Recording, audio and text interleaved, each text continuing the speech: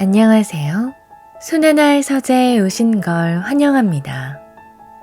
어떤 말을 하느냐에 따라 인생의 결과가 달라집니다. 좋은 사람으로 남고 싶다면 말에 신경을 써야 하는 이유죠. 말에는 사람을 모여들게 하는 힘이 있는 반면 사람을 모두 떠나가게 만드는 힘이 있기도 합니다. 메타인지 대화법. 오늘은 이 책에서 아무리 친한 사람이라도 피해야 할 말하기의 기술을 알아보고 어떻게 말해야 더 좋은 사람이 될 수 있을지 알아보겠습니다. 같이 읽어볼까요?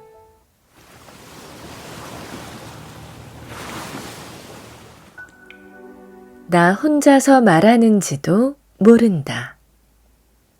인터넷 커뮤니티에서 종종 볼 수 있는 고민 상담 글이 있다. 모임에서 이 사람만 이야기를 시작하면 대화의 맥이 끊기고 분위기가 어색해진다는 사연이다. 이 친구랑만 대화를 나누면 이상하게 답답하고 내 이야기는 무시당하는 것 같아 다시는 보고 싶지 않다는 글도 심심찮게 올라온다. 혹시 당신도 이런 상대를 만난 적이 있는가?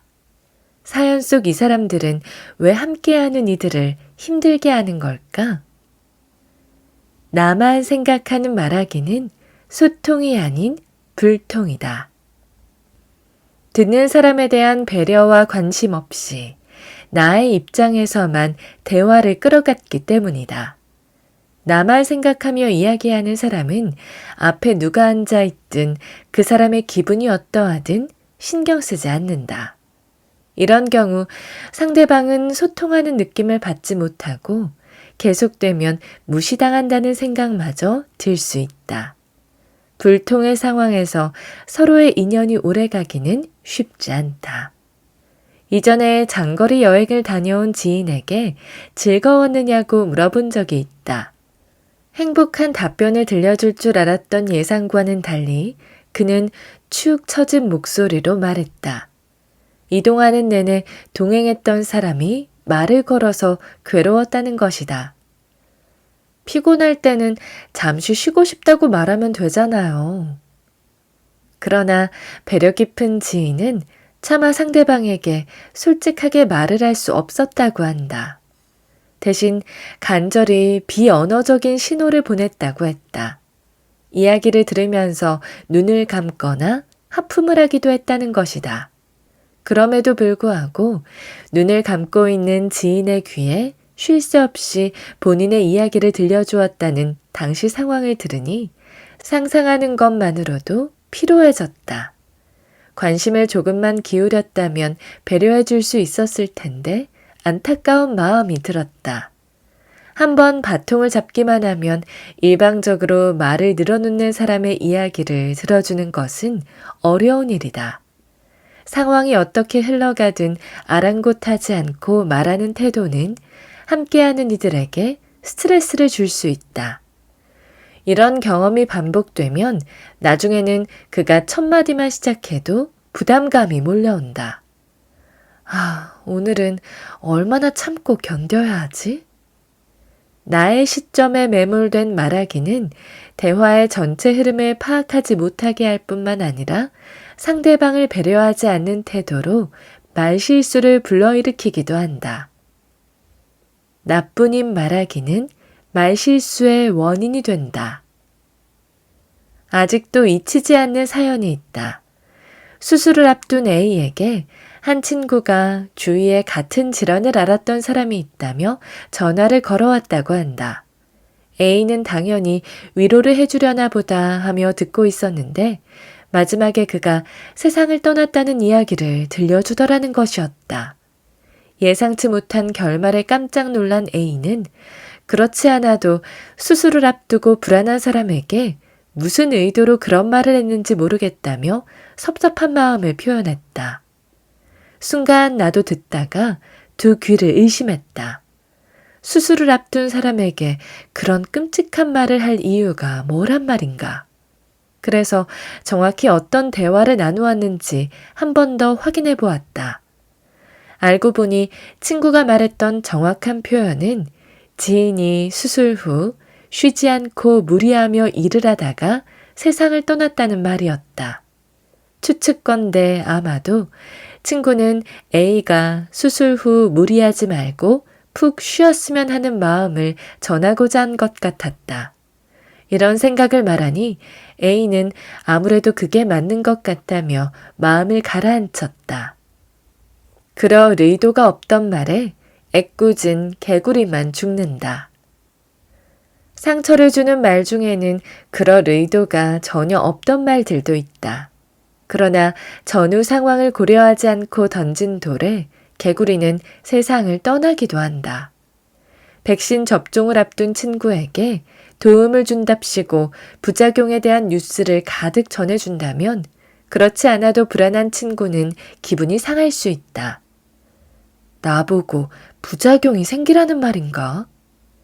자식의 시험을 앞둔 부모를 만난 자리에서 주위 사람이 낙방한 사례를 들려준다면 듣는 사람은 열불이 날지도 모른다. 우리 애도 떨어지라는 거야, 뭐야? 면접을 보러 갔는데 해당 회사에 대한 문제점과 본인의 단점을 구구절절 늘어놓는다면 면접관은 헷갈릴 수 있다.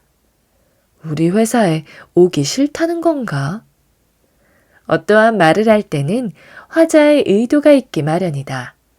A를 말하고자 했는데 청자에게 B로 전달된다면 이처럼 속상하고 억울한 일도 없을 것이다. 내가 하려던 말의 뜻은 그게 아니었는데. 이런 순간을 맞이한 적이 있다면 그때 우리는 상대방을 앞에 두고도 나뿐인 말하기를 했는지도 모른다. 중요한 건 사람들이 혼자만의 말하기에 빠진 이에게 이 사실을 알려주지 않는다는 점이다. 서서히 피하거나 조금씩 달라지는 분위기를 조성할 뿐이다. 우리가 스스로 지금 내가 어떤 말하기를 하고 있는지 알아차려야 하는 이유다.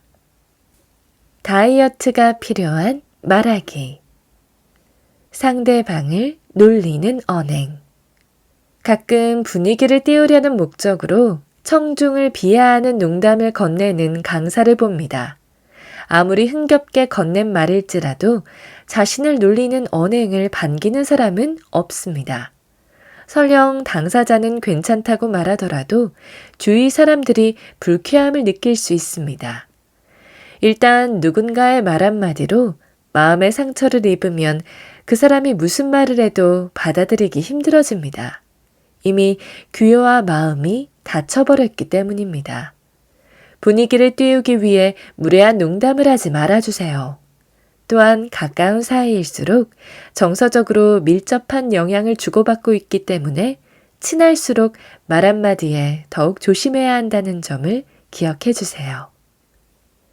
지나친 나의 이야기. TMI라는 말이 있습니다. Too much information의 약자로 굳이 상대방이 알고 싶지 않은 정보를 과하게 들려줄 때 쓰는 표현입니다. 사람들은 본인이 관심 있는 이야기를 듣고 싶어 합니다. 말을 잘하기 위해서는 내가 나누고 싶은 이야기를 재미있게 들려주는 것도 중요하지만 그 이전에 상대방이 듣고 싶은 이야기를 먼저 말할 수 있어야 합니다.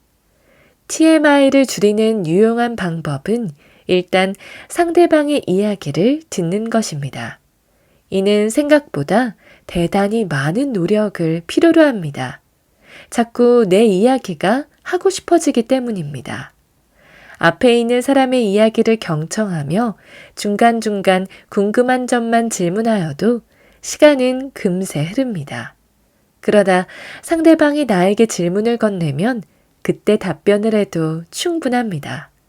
이때도 A를 물어보았는데 B, C, D까지 끊임없이 말하면 상대방이 질문한 것을 후회할 수 있습니다. 결론부터 짧게 말하는 연습을 해보시기 바랍니다. 이 자리에 있지 않은 남의 이야기. 대화를 할 때는 지금 이 자리에 있는 나와 당신, 우리의 이야기에 집중하는 것이 좋습니다. 가끔 이야기의 80%가 남의 이야기인 사람을 만납니다. 그럴 때는 귀를 반쯤 닫습니다. 어른은 내가 한 말에 책임을 질 수 있어야 합니다. 지금 내가 하는 말이 사실에 근거한 진실인지 확실히 맞는 말인지 고민한 뒤 한마디를 내뱉다 보면 할 수 있는 말은 자연스레 줄어듭니다. 일단 남의 이야기를 잘못 전하거나 오해를 일으킬 가능성이 사라집니다. 가볍지 않고 진중한 말로 채워갈 때 사람들이 나의 한마디에 집중하며 신뢰한다는 것을 기억해 주세요. 확실히 알지 못하는 이야기. 내가 명확히 알고 깨달은 이야기는 설명이 길어지지 않습니다. 상대방의 눈높이에 맞추어 간단하게 한두 마디로 정리할 수 있습니다. 반면 공부는 했으나 아직 완벽하게 이해하지 못한 이야기는 미사여구와 어려운 단어가 나열됩니다. 정확히 알지 못하는 것이 들통날까봐 수습하다 보니 말이 길어지기도 합니다. 글로 생각을 정리해가는 과정은 괜찮지만 이를 자꾸 사람들에게 말로 가르쳐 주려다 보면 상대방은 괴로움을 느낄 수 있습니다. 내가 누군가에게 무언가를 알려줄 때는 먼저 이 사람이 나에게 배우고 싶다고 요청했는지를 명확히 판단하고 부탁에 의하여 알려줄 때는 어렵고 긴 설명이 아닌 눈높이에 맞는 쉬운 언어로 전달하는 연습을 꾸준히 해보시면 좋겠습니다. 내 만족만 추구하는 말하기. 아니, 내가 내 입으로 말한다는데 하고픈 말만 하면 뭐 어때요? 맞다. 우리 모두에겐 자유롭게 말할 권리가 있다. 만약 이 세상을 혼자 살아도 된다면 우리는 편안하게 내 식대로 말하며 지내도 괜찮을 것이다. 그러나 세상은 혼자 살아가는 곳이 아니다. 가족과 친구, 동료, 처음 만나는 수많은 사람들과 대화를 나누며 지내는 곳이다. 설령 내가 1인 가구의 프리랜서라 할지라도 의식주를 해결하기 위해서는 누군가에게 원하는 것을 말하고 상대방의 요구사항을 들어주는 과정을 반드시 거쳐야 한다. 그들이 회사 생활을 힘들어한 이유. 들어가는 회사마다 이상한 사람들을 만나 힘들다는 씨가 있었다. 그러던 중 그와 함께 일하는 담당자로부터 씨에 대한 하소연을 듣게 되었다. 그는 평소에는 온순하지만 지적을 받으면 180도 달라져서 주위 사람을 당황하게 한다는 것이었다. 최근 한 업무에서도 씨가 중요한 실수를 하였는데 계속 부인하다가 담당자가 정확한 근거로 반박을 하니 그제야 마지못해 사과를 했다고 하였다. 이어 그는 지친 목소리로 말했다. 다시는 씨와 일을 안 할 것이라고 말이다. 문득 옮기는 회사마다 답답하고 못된 사람들만 만난다고 했던 씨의 볼멘 목소리가 떠올랐다. 알고 보면 귀를 닫고 내 만족만 추구하는 말하기가 원인이었을지도 모른다는 생각이 들었다. 주위를 원망하는 말을 자주 하던 디도 함께 일해보니 왜 주변에서 싸늘한 반응을 보이는지 느낄 수 있었다. 그가 하루도 빠짐없이 하는 일과가 있었는데 바로 부하 직원들을 불러 화를 내는 일이었다. 비단 업무뿐만 아니라 아까 그 언행이 자신을 무시하는 것 아니었느냐는 질타도 자주 하였다.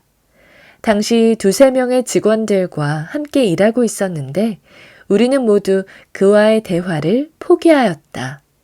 무슨 말을 해도 어차피 수용이 안 된다는 것을 경험을 통해 깨달았기 때문이다.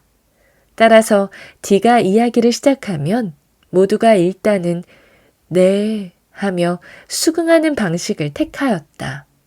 얼른 대화를 마쳐야 일을 할 수 있기 때문이었다. 상대방이 무슨 말을 해도 듣지 않고 내가 보고 생각한 대로만 믿으며 말하는 것은 소통이 아니다. 그저 내 만족을 위한 말하기를 하는 것이다. 대화가 통하기 위한 조건. 이상형이 뭐예요? 많이들 답변한다. 대화가 잘 통하는 사람이요. 헤어지는 이유가 뭐예요? 흔히 대답한다. 대화가 잘 안 통해서요. 대화가 통하려면 무엇이 필요할까? 일단 서로의 이야기를 들어는 주어야 할 것이다. 상대방의 이야기를 듣지 않는다면 그는 아직 대화할 준비가 안 되어 있는 것이다. 입은 하나지만 귀는 둘이다. 말하기에 앞서 귀를 열어야 하는 이유를 우리 몸은 이미 알고 있다. 말을 잘하고 싶다면 일단 듣고 상대방의 이야기가 맞다면 바로 인정하자. 대화 중 나의 실수를 발견했다면 빠르게 받아들이고 수정 보완하자. 이것만 실천해도 성장 속도는 급속도로 높아진다.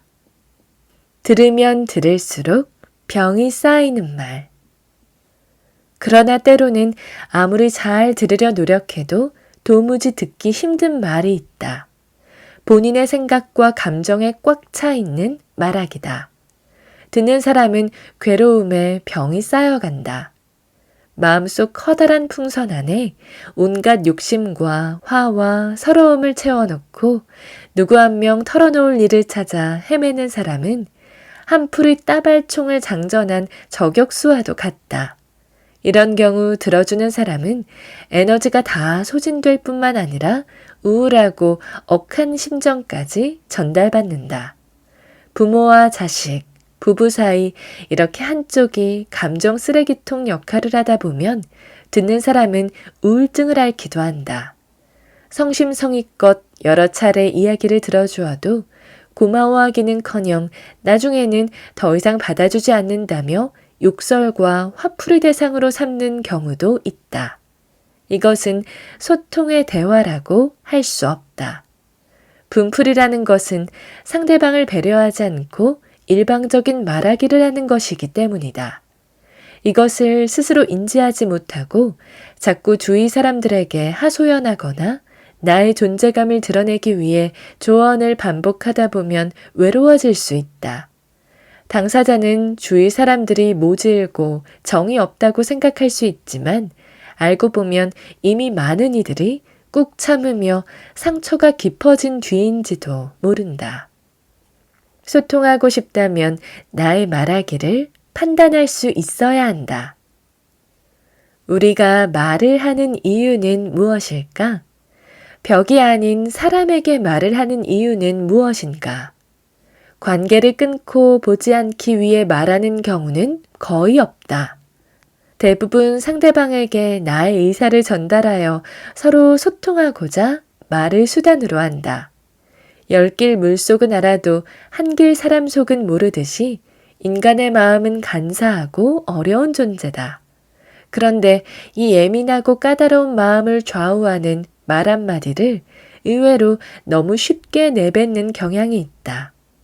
입 밖으로 나오기 이전에 지금 이 말이 상대방을 밀어내는 말인지 잡아당기는 말인지 반드시 스스로 판단할 수 있어야 한다.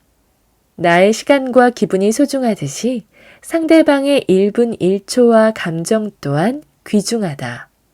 매일 열심히 살아내기도 바쁜 이들이 누군가의 지루하고 무례한 이야기를 내내 들어줄 의무는 없다. 그러나 이러한 세상 속에서도 우리는 살아남아야 할 것이다. 단 한 번 다가오는 귀중한 기회를 붙잡아 일도 시작하고 소중한 인연을 이어가야만 한다. 그러기 위하여 이제 나만의 만족을 위한 말하기에서 한 걸음 더 나아가 눈앞의 사람을 바라보자. 한마디 말을 통해 상대방의 만족까지도 충족해 줄 수 있을 때 비로소 우리는 통하는 말하기를 나누고 궁극적으로 바라는 일들 또한 이뤄갈 수 있을 것이다. 잘못한 일은 내가 아닙니다.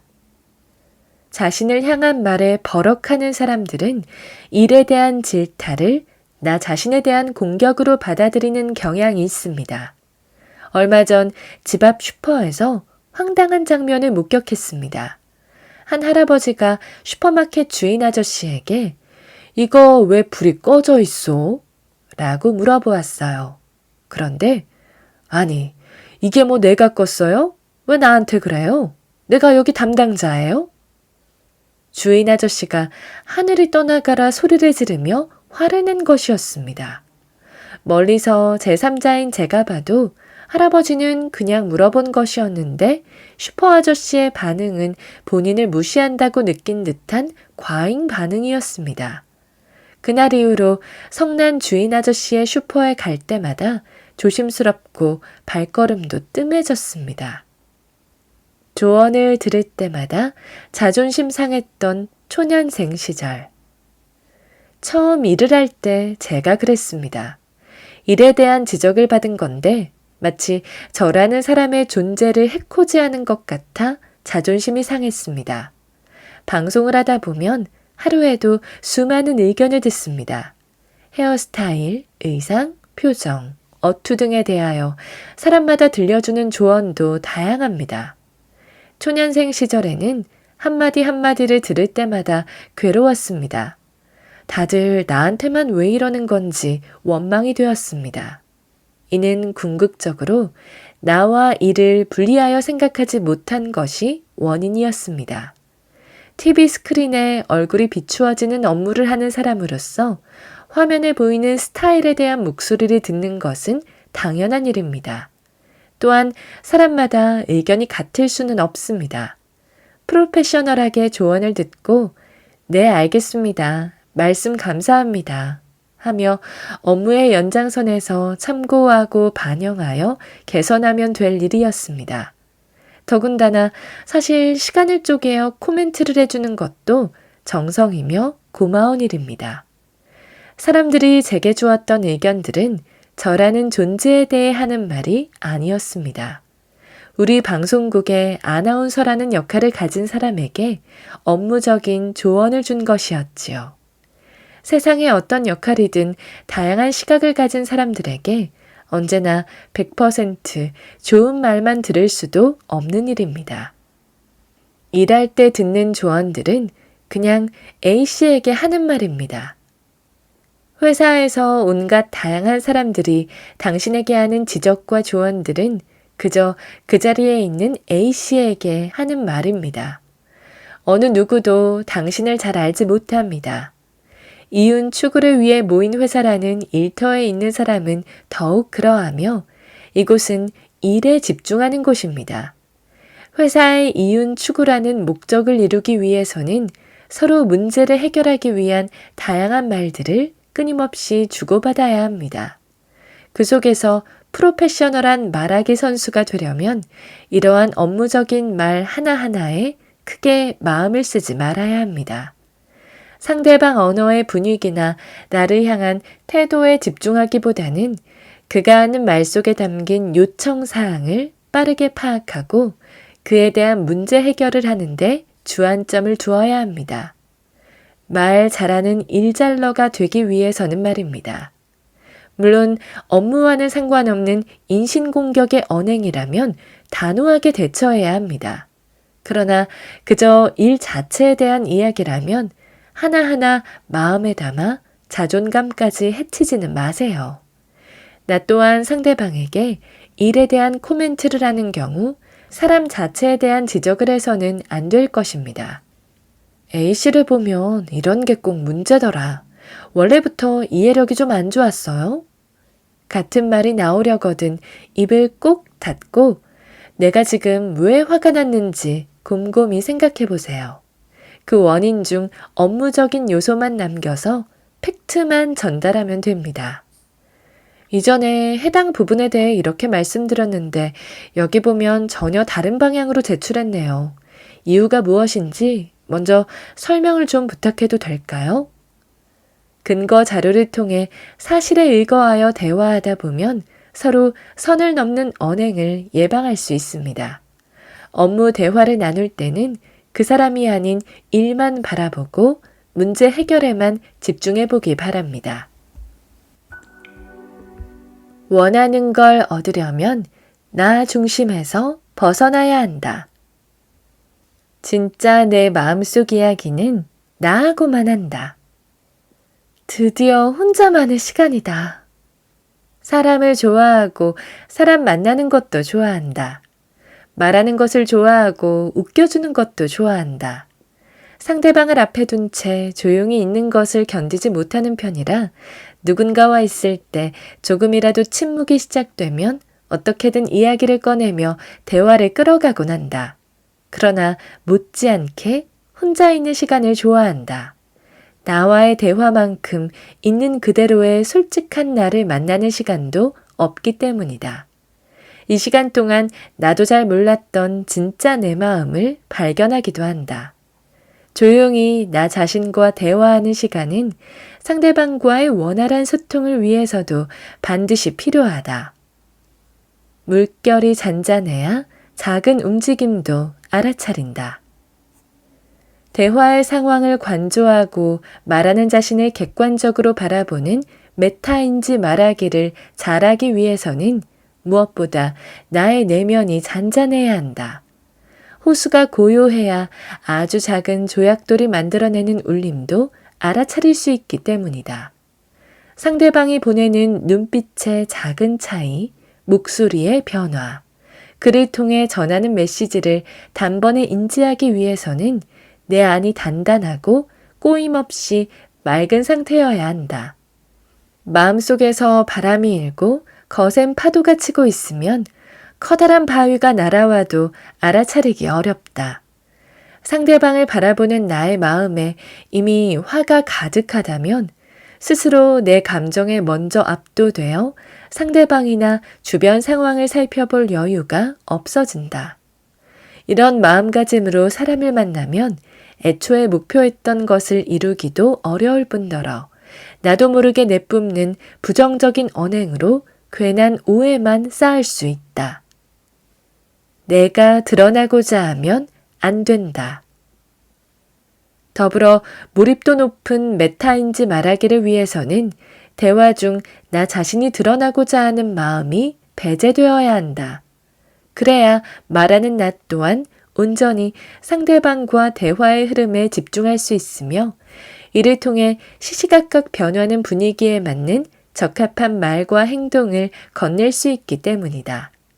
이는 듣는 자세, 말의 내용, 뉘앙스, 눈빛 등 말을 표현하는 모든 분야에 영향을 준다. 지금 내가 어떻게 보일까? 어떻게 하면 내가 좀 더 우위에 설 수 있을까? 어떻게 하면 내가 손해보지 않을까? 나의 욕심이 우선되어 있으면 상대방의 상태와 마음을 잘 알기도 어렵다. 내가 제일 중요하고 말하면서 나만 보고 있기 때문이다. 이야기 중에 상대방이 먼저 질려서 마음의 문을 닫아버릴지도 모른다. 보다 의미 있고 긍정적인 시간을 보내고 싶다면 내가 빛나고자 하는 마음을 비우고 온전히 상대방과 현장에 집중해보자. 나는 있고 말하는 목적에 집중한다. 가령 단짝 친구와 오늘 만나는 목적이 친구에게 기쁨을 주는 것이라고 해보자. 누군가를 기쁘게 해주는 것이 어디 쉬운 일인가? 친구의 마음을 살피기 위해 아이 컨택트를 하며 행동을 유심히 관찰해야 할 것이다. 또 갑자기 벌어지는 예기치 못한 상황에 힘들지 않도록 수시로 배려해 주어야 한다. 그런데 만일 상대방을 행복하게 해주러 나간 자리에서 내 마음을 먼저 알아봐 주기를 바라고 내가 한 일을 드러내기에 바쁘다면 어떻게 되겠는가?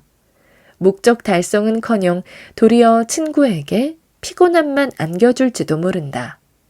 배우 이병헌 씨의 연기를 좋아한다. 영화의 캐릭터마다 전혀 다른 새로운 인물로 등장하는 것을 보며 연기력의 비결이 궁금해졌다. 그러던 중 남산의 부장 영화에 함께 출연한 곽도원 씨가 한 인터뷰에서 이병헌 씨의 연기에 대해 이렇게 말하는 것을 보았다. 아니, 연기를 하면 그래도 원래 그 사람이 보이기 마련이거든요. 그런데 이병헌 씨는 아니에요. 영화 속 그 인물만 보여요. 와, 신기했어요. 보통은 배우들이 연기를 하면서도 평상시 모습이 조금은 비추어지는 데 비해 이병헌 씨는 캐릭터 그 자체로 완벽히 변신한다는 인터뷰를 보며 그의 연기력 비결 중 하나는 나를 잊고 온전히 맡은 역할에 몰입하는 덕분이라는 것을 알게 되었다. 이병헌 씨 외에도 연기력으로 인정받은 스타들의 공통점은 작품마다 전혀 다른 사람이 된다는 것이다. 원래 저 배우가 어떤 사람인지 알 수 없을 정도로 맡은 인물에 녹아든다. 즉, 본디 나는 사라진 채 그 인물 속에 온전히 집중하는 사람들인 것이다. 그럴 때 관객 또한 작품을 보며 그 캐릭터에 푹 빠져든다. 혼자만의 시간이 중요한 이유. 순간의 역할에 몰입을 잘하는 배우나 작가, 예술가, CEO 등 성공한 사람들의 인터뷰를 살펴보면 공통점이 있다. 사색을 즐기고 여행, 글쓰기, 독서 등을 하며 혼자만의 시간을 많이 갖는다는 점이다. 중요한 목적 달성의 시간에 나를 잊기 위해서는 그 외의 시간 동안 철저히 나 자신과 친하게 지내야 한다. 충분히 나를 안아주고 인정해주고 대화하는 시간을 가져야 결정적인 순간에 사사로운 감정과 욕심에서 벗어날 수 있다. 최종 면접만 줄줄이 떨어지던 시기가 있었다. 이때 나를 일으켜준 것은 매일 혼자 걷던 시간이었다. 걷고 또 걸으며 스스로와 대화했다. 반드시 언젠가는 할 수 있을 것이라고 되뇌었다. 지폐가 구겨지고 찢어져도 가치가 변하지 않는 것처럼 아무리 낙방을 많이 해도 나의 가치가 낮아지는 것은 아니라고 스스로 다독였다. 나중에 어머니는 말씀하셨다. 낙방하던 시절 네가 매일 저녁 산책하고 온다고 할 때마다 마음이 아프셨다고 말이다. 하지만 그 시간은 나를 단단하게 만들어준 고마운 시간이었다. 지방 방송국에서 혼자 지낼 때도 9시 뉴스가 끝나면 집에 오자마자 모자를 눌러 쓰고 필사적으로 나가서 매일 강가를 걸었다. 도저히 걷지 않고서는 타지에서 혼자 살며 느끼는 외로움을 이겨낼 수 없었기 때문이다. 강물을 바라보며 대화하고 하늘의 별을 보며 눈물을 흘리기도 했다. 하지만 이렇게 내면의 대화를 나눈 시간들은 궁극적으로 마음을 채워주고 자존감을 높여주는 값진 시간이 되었다. 나와의 대화를 통해 자기 객관화의 시간을 갖는다. 나와 대화하는 시간은 자만심을 날려주는 역할도 한다. 걷고 또 걸으면서 잔뜩 올라간 어깨 힘을 뺄 수 있기 때문이다. 좋은 일이 일어나 심장이 뛰어 일에 집중이 안 될 때는 무조건 나간다. 걷고 뛰면서 지금 일이 잘 되었을지라도 내일 바로 없던 일이 될 수 있으며 언제나 변수가 있다는 것을 계속 떠올린다. 그래도 자꾸 자아도취에 심장이 뛸 때는 지금 당장 모든 것을 잃었다고 상상하며 걷는다. 한참을 걷고 나면 그제야 엄청 대단해 보였던 나라는 존재가 그저 살아있는 생명체로 느껴진다. 내가 해야 할 일, 지금 이루어야 할 목적만이 담백하게 남으면 그때 돌아간다. 나와의 대화를 통해 쓸데없는 욕심과 자만심, 잡다한 생각들을 비워내는 이유는 나의 성취나 욕심에 젖어드는 순간 결코 객관적인 메타인지 말하기를 할 수 없기 때문이다. 메타인지 대화를 가능하게 하는 핵심은 소크라테스가 강조한 너 자신을 알라다. 객관적으로 나 자신을 볼 수 있어야 그에 따른 부족한 점을 명확히 깨닫고 발전 전략을 효율적으로 계획할 수 있기 때문이다. 나 자신의 위치와 상황을 분명히 바라볼 수 있을 때 롤러코스터 같이 벌어지는 일들에 대해서도 휘둘리지 않고 초연해질 수 있다. 나 자신을 실제보다 너무 대단하게 보는 것도 피해야 하지만 그렇다고 모든 것이 운이라고만 생각하며 자신을 낮추는 것도 지양해야 한다. 노력한 부분에 대해서는 칭찬해주고 앞으로 더 채워가야 할 부분에 대해서는 행동으로 실천하면 되는 것이다. 내면이 편안해야 그 순간에 몰입할 수 있다. 말을 잘하는 사람은 상대방에게 편안함을 준다. 어떻게 하면 가능해질까? 말하는 이 스스로가 즐겁고 편안하면 된다. 부드럽고 즐거운 대화를 이끌려면 먼저 나 자신이 평온해야 한다. 지금 내 마음속이 불순물로 가득하고 무거워서는 결코 상대방에게 편안함을 줄 수 없다. 은연중에 불안감과 화, 욕심이 전달되기 때문이다. 나와의 대화, 기도, 명상, 사색의 시간을 통해 마음이 가벼워지면 잡다한 생각이 사라진다. 그때 비로소 매 순간에 집중할 수 있게 되고 그러한 마음 상태로 사람들과 대화하고 발표해야 몰입도를 높게 끌어당길 수 있다. 큰 무대에서 진행을 맡을 때마다 내가 가장 신경 썼던 것은 대본도 연습도 외모도 아니었다. 그날 나의 기분이었다. 진행하는 나 자신이 신나고 행복해야 그날 무대가 즐겁다는 것을 경험을 통해 알게 되었기 때문이다. 무대에 서기 전에는 대본 연습도 물론이지만 이와 함께 크고 작은 업무들을 미리 끝내놓기 위해 노력했다. 청중 앞에 섰을 때 내 마음이 홀가분해야 즐겁게 몰입할 수 있기 때문이다.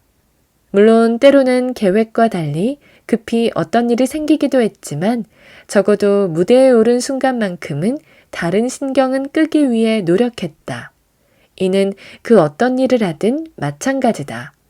그만큼 편안한 마음으로 순간에 몰입하는 것은 메타인지 말하기에 결정적이다. 가장 솔직하고 편안한 나의 시간. 당신이 가장 솔직한 모습으로 나 자신과 마주하는 때는 언제인가?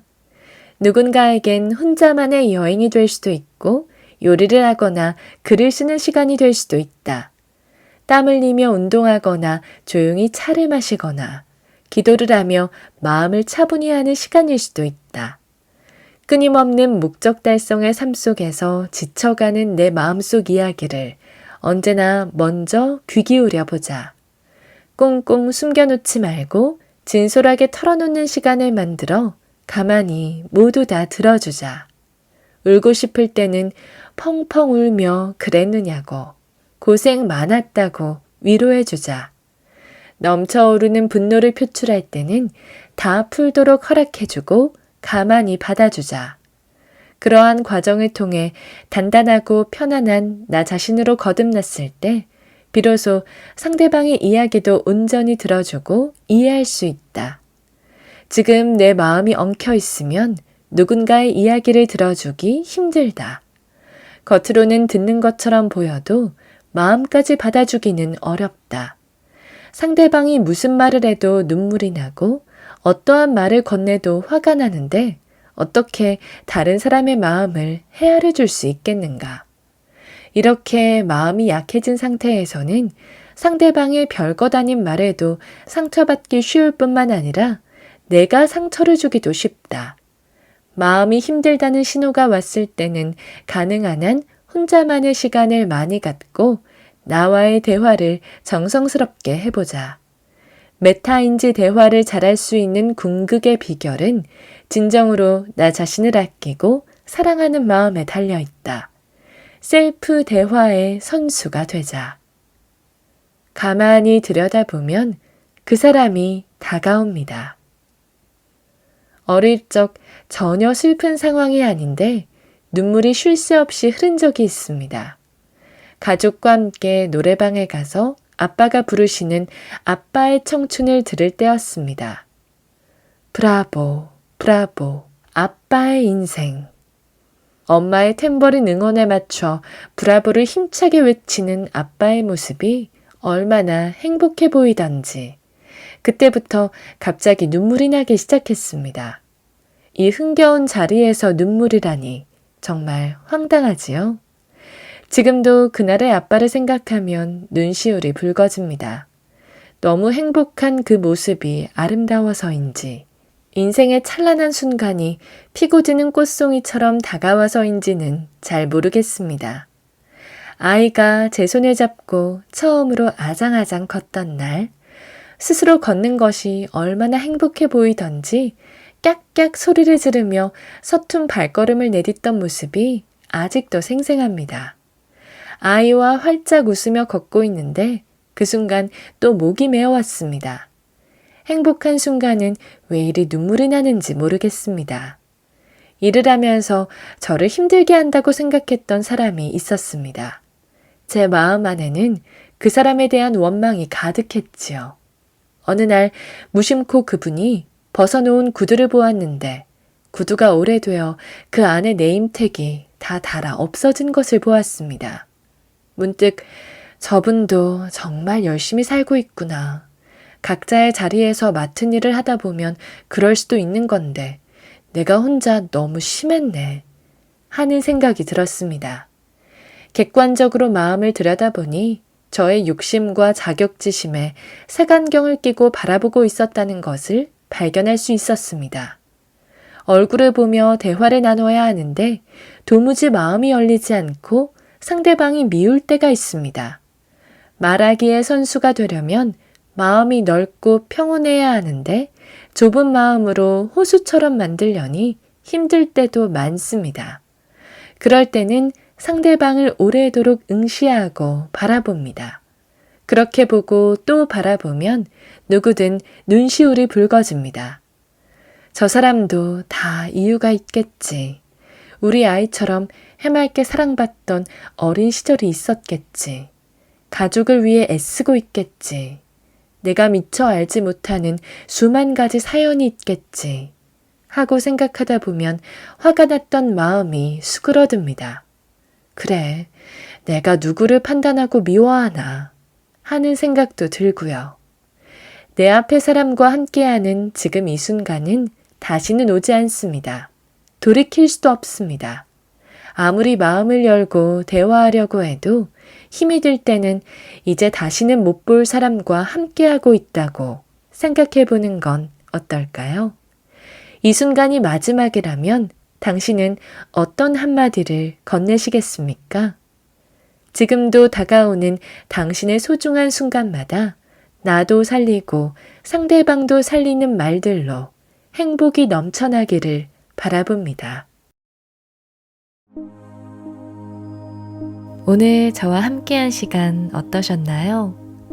편안한 시간이 되었길 바라며 또 들러주시길 기다리겠습니다. 그럼 잘 자요.